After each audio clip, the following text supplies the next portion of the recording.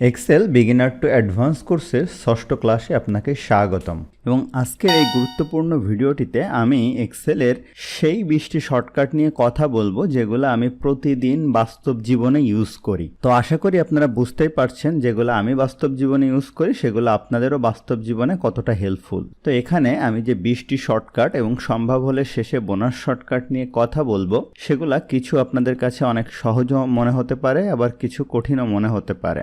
যেহেতু এগুলো বাস্তব জীবনে ইউজেবল এবং আমি প্রতিদিন ব্যবহার করছি, সেক্ষেত্রে আপনার কাছে মনে হতে পারে এটা তো আমি জানি, সেক্ষেত্রে আপনার জন্য ভালো আরেকবার রিভিশন হয়ে গেল। আর যেগুলো না জানেন আপনি জেনে নেবেন। তো প্রথমেই একদম 1 নম্বরে যে শর্টকাটটি নিয়ে আমরা কথা বলবো, একদম বেসিক একটি শর্টকাট যেটা আমি সব সময় ইউজ করি এক্সেল ছাড়া আরও বিভিন্ন জায়গায়, সেটা হচ্ছে Ctrl+A।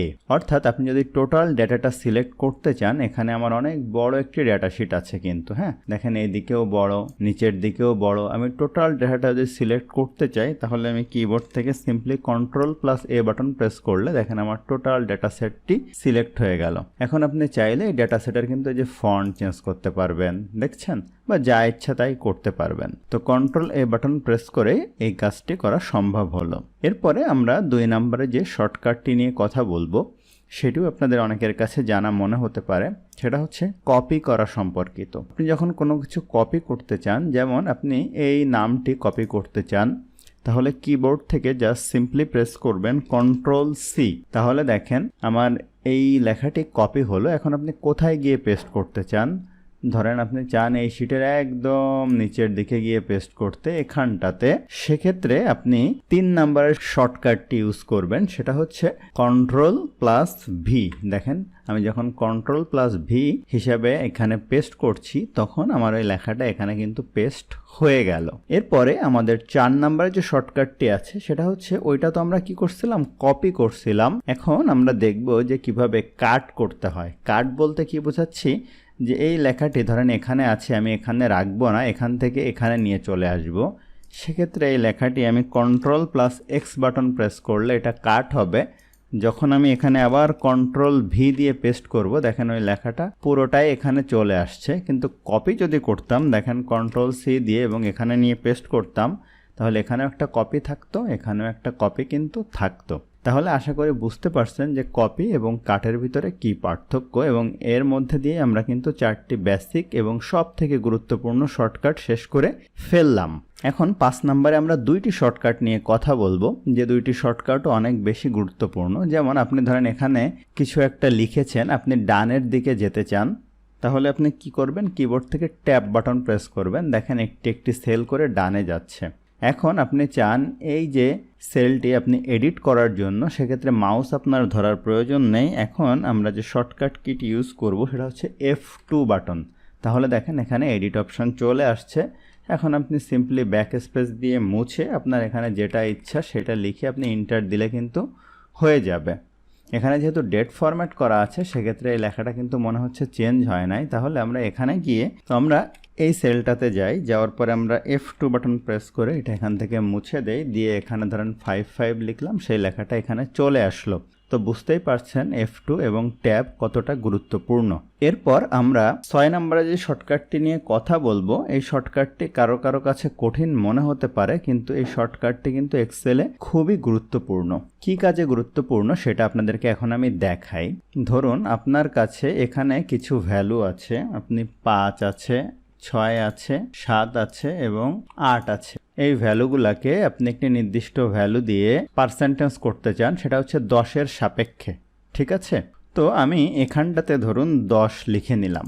নেওয়ার পরে আপনি এখানে ইকুয়াল সাইন দিবেন, দেওয়ার পরে এই সেল ভাগ দিলেন, এই সেল দিলে দেখেন 0.5। যদি আপনি এখানে পার্সেন্টেজ দেন, এই যে এইভাবে পার্সেন্টেজ দিয়ে ইন্টার দেন, তাহলে 50% আসবে। অর্থাৎ এই সেলটি কি হলো, 10-এর 50%, যেহেতু 5। এখন আপনি মনে করতে পারেন যে আমি প্রতিবার কি এটা লিখব? অবশ্যই আমি প্রতিবার লিখব না, আমি এভাবে কিন্তু টেনে দিতে চাই। তাহলে দেখেন এইগুলা কিন্তু এরর এরর এরর আসছে। তার মানে যখন আমি এই সেলে দেখেন এইটা ভাগ এইটা, অর্থাৎ 5/10, যখন আমি এই সেলে আসলাম দেখেন এই সেল ভাগ এই সেল, অর্থাৎ অটোমেটিক কিন্তু সেলগুলা চেঞ্জ হয়ে যাচ্ছে। কিন্তু আমার প্রয়োজন কি, এই বাম পাশের সেলগুলা চেঞ্জ হোক, কিন্তু ডান পাশের এটা কিন্তু ফিক্স যেন 10-এই থাকে, ঠিক আছে? যেন এই বামেরটা নামবে কিন্তু ডানেরটা না নামে। তাহলেই আমরা কি করব, 6 নম্বরের ইম্পর্টেন্ট শর্টকাটটি ইউজ করব। দেখেন এখানে যখন আমি ফর্মুলা অ্যাপ্লাই করব, আমার এই সেলের রেফারেন্স কত দেখি আমরা এই সেলটির উপরে ক্লিক করে। দেখেন এটা হচ্ছে G1052 নাম্বার সেল। এখন আমি এখানে যাব, যাওয়ার পরে এই যে G1052 এটা সিলেক্ট করব, করে কিবোর্ড থেকে F4 প্রেস করব। এটাই হচ্ছে আমাদের সেই শর্টকাটটি। তাহলে মানে এই যে দুইটা ডলার সাইন আমি দিয়ে দিলাম G এর আগে এবং 1052, এটা মানে হচ্ছে সেলটা লক করে দিলাম। আপনি কিন্তু কিবোর্ড থেকে প্রেস করে করেও ডলার সাইন দিতে পারেন, কিন্তু শর্টকাটের মাধ্যমে দিলে একবারে হয়ে গেল। এখন আমি এখানে এটা টান দেই, তাহলে দেখেন এইগুলো আর চেঞ্জ হচ্ছে না। খেয়াল করেন এই সেলটা ফিক্স থাকছে, এইগুলা চেঞ্জ হচ্ছে, এই সেলটা কিন্তু ফিক্স থাকছে। তার মানে বুঝতেই পারছেন যে F4 আসলে কতটা গুরুত্বপূর্ণ। এবং এই যে কাজটি আমরা করলাম, এটাকে এই পাশে যেটা হলো অটো চেঞ্জ হচ্ছে, এটা হচ্ছে relative cell reference, automatic relatively change হচ্ছে। এবং ডানে আমরা এখানে যে লক করে দিলাম, এটাকে বলা হচ্ছে অ্যাবসোলিউট সেল রেফারেন্স। এখন আমি এই এক্সেল শিটটি কেটে দিতে চাই, সেক্ষেত্রেই আমরা 7 নং শর্টকাটটি ইউজ করব এবং আমরা কিবোর্ড থেকে সিম্পলি প্রেস করব অল্টার F4। তাহলে দেখেন আমার এই এক্সেল শিটটি ক্লোজ হয়ে ডেস্কটপে চলে আসলাম। এরপরে আমরা 8 নম্বরে যে শর্টকাটটি নিয়ে কথা বলবো সেটা হচ্ছে সিলেকশন সম্পর্কিত। আমরা একদম সামনে চলে যাই। ধরুন আপনি মাউস ব্যবহার না করে একটি নির্দিষ্ট ডেটা সেটকে সিলেক্ট করতে চান। আপনার মাউসটা ধরুন এখানে ক্লিক করা আছে। এখন আপনি ডানের দিকে 3টি কলাম সিলেক্ট করতে চান, সেক্ষেত্রে কিবোর্ড থেকে আপনি শিফট বাটন প্রেস করে রাইট অ্যারো কি এভাবে প্রেস করবেন, তাহলে দেখেন সিলেক্ট হলো। এখন যদি একটু নিচের দিকে করতে চান, তাহলে শিফট বাটন প্রেস করে ডাউন অ্যারো কি প্রেস করে এই যে কিছু নির্দিষ্ট এরিয়া আপনি সিলেক্ট করে নিতে পারবেন। এরপরে আপনার যদি মনে হয় যে আমি এরকম অল্প অল্প এরিয়া এভাবে সিলেক্ট করব না, অর্থাৎ শিফট বাটন প্রেস করে এরকম অল্প অল্প বামে ডানে এভাবে সিলেক্ট করব না, আমি একটি নির্দিষ্ট কলামকে সিলেক্ট করতে চাই। তো নির্দিষ্ট কলাম যদি আমি সিলেক্ট করতে চাই, সেক্ষেত্রে আমাকে যেটা করতে হবে সেটা হলো যে আপনি যে কলামটি সিলেক্ট করতে চান, অর্থাৎ যে কলামের ডেটা নির্দিষ্ট নিচ পর্যন্ত সিলেক্ট করতে চান, ধরুন এই কলামের, তাহলে আপনি কিবোর্ড থেকে কন্ট্রোল শিফট ডাউন অ্যারো কি প্রেস করবেন। তাহলে দেখেন 1040টি যে রো আছে সবগুলো আমার সিলেক্ট হয়ে গেছে। এখন আপনি নিচ পর্যন্ত সিলেক্ট করলেন, যদি ডান দিকে সিলেক্ট করতে চান সেক্ষেত্রে আপনি কন্ট্রোল শিফট রাইট অ্যারো কি আপনি প্রেস করবেন। তাহলে দেখেন ডান দিকের সকল ডেটা সিলেক্ট হয়ে গেছে। অর্থাৎ ডেটা সিলেক্ট করার ক্ষেত্রে কন্ট্রোল শিফট ডাউন অ্যারো কি এবং রাইট অ্যারো কি কতটা ইম্পর্ট্যান্ট। জাস্ট এভাবে দেখেন কন্ট্রোল শিফট ডাউন অ্যারো কি একদম নিচ পর্যন্ত, কন্ট্রোল শিফট লেফট অ্যারো কি বাম পর্যন্ত, এভাবে আপনি খুব সহজে কিন্তু ডেটা সিলেক্ট করে নিতে পারবেন। এরপরে আমরা 10 নম্বরে যে শর্টকাটটি নিয়ে কথা বলবো, গুরুত্বপূর্ণ একটি শর্টকাট, সেটা হচ্ছে এখানে আমি একটি বড় ডেটা শিটে আছি, আমি কিবোর্ড থেকে Ctrl+G বাটন প্রেস করব, তাহলে আমার গো টু ওপেন হবে। গো টু থেকে আমি স্পেশালে ক্লিক করে একটি নির্দিষ্ট সেলগুলোকে সিলেক্ট করব। যেমন আমি যদি আমার এই ডেটা সেটের একদম প্রথম দিকে যাই, যাওয়ার পরে ধরেন আমি এখানে একটু মুছে দেই, এটা মুছে দেই, এটা মুছে দেই, এটা মুছে দেই। এখন আমি কিবোর্ড থেকে Ctrl+A বাটন প্রেস করে টোটাল ডেটাটা সিলেক্ট করলাম। Ctrl+G দিয়ে আমি গো টুতে গেলাম, যাওয়ার পরে আমি এখান থেকে স্পেশালে যাব, যাওয়ার পরে আমি এই যে ব্ল্যাঙ্ক এটার উপরে ক্লিক করলাম। ক্লিক করার পরে আমি যদি ওকে করি, তাহলে দেখেন ব্ল্যাঙ্ক সেলগুলো সিলেক্ট হলো। এখন আমি এই ব্ল্যাঙ্ক সেলের কোথাও যদি 3 চাপি, চেপে কিবোর্ড থেকে Ctrl+Enter বাটন প্রেস করি, তাহলে দেখেন এই ব্ল্যাঙ্ক সব সেলে অটোমেটিক কিন্তু 3 চলে আসছে। তার মানে বুঝছেন যে Ctrl+G কতটা গুরুত্বপূর্ণ। এবং পাশাপাশি আরেকটি শর্টকাটই কিন্তু আমরা দেখে নিলাম। এরপরে আমরা 11 নম্বরে একটি বেসিক শর্টকাট দেখব, যেটা আমি অনেক ইউজ করি এবং খুবই ইম্পর্ট্যান্ট, যে আপনি এই যে লেখাগুলা বোল্ড করার ক্ষেত্রে আপনি কি করবেন। সেক্ষেত্রে কিবোর্ড থেকে Ctrl+B বাটন প্রেস করলে বোল্ড হবে। ধরুন আপনি এই মিডিয়ামটা বোল্ড করতে চান, Ctrl+B বাটন প্রেস করবেন, জাস্ট বোল্ড হয়ে যাবে। ধরেন আপনি এই লো লেখাটা আপনি কি করতে চান, ইতালিক ফন্টে করতে চান, সেটা আমাদের 12 নম্বর শর্টকাট। আমি Ctrl+I বাটন প্রেস করব, দেখেন ইতালিক বাঁকা হয়ে যাবে। এরপরে আমরা 13 নম্বরে যে শর্টকাটটি নিয়ে কথা বলবো, কোনো একটি লেখা যদি আন্ডারলাইন করতে চাই, ধরুন এই মিডিয়ামটি, Ctrl+U বাটন প্রেস করব, এটা দেখেন আন্ডারলাইন হয়ে যাবে। এরপরে আমরা 14 নম্বরে খুবই গুরুত্বপূর্ণ একটি শর্টকাট নিয়ে কথা বলবো। দেখেন আমরা এটা অনেক বড় একটি ডেটা সেট, আপনাদেরকে একটু আগেই দেখিয়েছিলাম। এখন এই লেখার যদি আমরা একদম শেষে যেতে চাই, একদম নিচে এইভাবে যেতে চান তাহলে অনেক সময় লাগবে। তো আমার এই ডেটা সেটের প্রথম দিকে আমি যেখানেই থাকি না কেন আমি এখন কিবোর্ড থেকে কন্ট্রোল ইন বাটন প্রেস করলে আমি দেখেন একদম ডেটা সেটের প্রথমে চলে যাব, যেটা ছিল আমাদের 14 নাম্বার শর্টকাট। এখন যদি আমি ডেটা সেটের একদম প্রথমে আসতে চাই সেক্ষেত্রে কিন্তু আমার অনেক সময় লাগবে।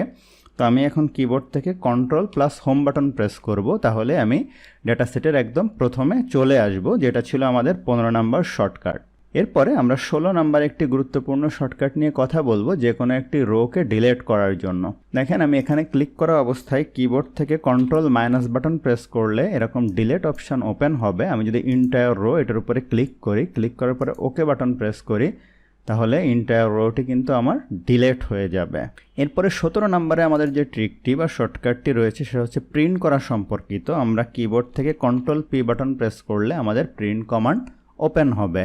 এবং 18 নম্বরে আমাদের গুরুত্বপূর্ণ একটি শর্টকাট আছে, সেটা হচ্ছে এক শিট থেকে আর এক শিটে জাম্প করা। আমি যদি কিবোর্ড থেকে control plus page up page down button press করি, দেখেন পেজ ডাউন প্রেস করলে শিট 2তে যাচ্ছে, এই শিটে যাচ্ছে, তারপরের শিটে যাচ্ছে, আবার পেজ আপ করলে আস্তে আস্তে কিন্তু পূর্বের শিটে ফেরত যাচ্ছে। এভাবে আপনি পেজও জাম্প করতে পারবেন। এরপরে আমাদের 19 নম্বরে খুবই গুরুত্বপূর্ণ একটি শর্টকাট আছে, যেটি অনেকেই জিজ্ঞেস করেন বিভিন্ন সময় অফিসে। যেমন এই লেখাটা দেখেন একটি লাইনে আছে, যদি আপনার ইচ্ছা মতো এই লেখাটাকে আপনি 2টি লাইনে করতে চান, যেখানে করতে চান সেখানটাতে ক্লিক করে কিবোর্ড থেকে alt plus enter button press করবেন, দেখেন 2টি পেজে ভাগ হয়ে গেল। আবার যদি এখানে আরেকটি লাইন করতে চান অল্টার ইন্টার বাটন প্রেস করবেন, তাহলে 3টি লাইনে ভাগ হয়ে গেল। এবং আমাদের সর্বশেষ 20 নম্বরে যে শর্টকাটটি রয়েছে সেটিও একটি দারুণ শর্টকাট, সেটা হচ্ছে ফাইন্ড সম্পর্কিত। আমি কন্ট্রোল এ বাটন প্রেস করে টোটাল ডেটা সেটটি সিলেক্ট করে কন্ট্রোল এফ বাটন প্রেস করে ফাইন্ড করলাম। এখন আমি যদি এখানটাতে লিখি যে 3 লেখার পরে আমি ফাইন্ড অল দিলাম, তাহলে দেখেন 3 কত জায়গায় আছে সেই জিনিসগুলো চলে আসছে। যেহেতু একটি 3 ছোট অক্ষর বিভিন্ন জায়গায় আছে, সবগুলা দেখাচ্ছে। আমি যদি অন্য একটি জিনিস সার্চ করি, সেটা হচ্ছে লো লেখাটি সার্চ করি, ফাইন্ড অল, সেটাও দেখেন কত জায়গায় আছে, সব কিন্তু দেখাচ্ছে। এখন এই লেখাটাকে আপনি রিপ্লেস করতে পারেন। রিপ্লেসে গেলেন, সব লোগুলো আপনি হয়তো রিপ্লেস করবেন NA লেখা দিয়ে, দেওয়ার পরে রিপ্লেস অল দিলেন, খেয়াল করেন সব লো লেখাগুলো NA দিয়ে রিপ্লেস হয়ে গিয়েছে। একদম সর্বশেষে আমি 2টি বোনাস শর্টকাট নিয়ে কথা বলবো, যেটা না হলে আপনি কোনো কিছুই হয়তো করতে পারতেন না। আমার কাছে মনে হয় মাইক্রোসফট এক্সেল ওয়ার্ডে খুবই প্রয়োজন এবং সবগুলা কম্পিউটারের কাজেই প্রয়োজন। সেটা হচ্ছে কন্ট্রোল জেড বাটন।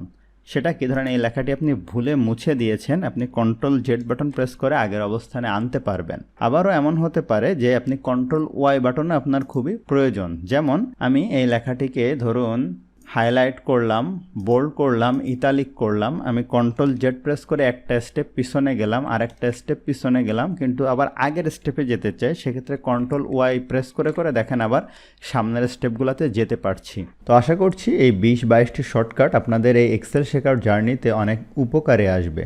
তো কথা হবে পরের ভিডিওতে। ধন্যবাদ সবাইকে।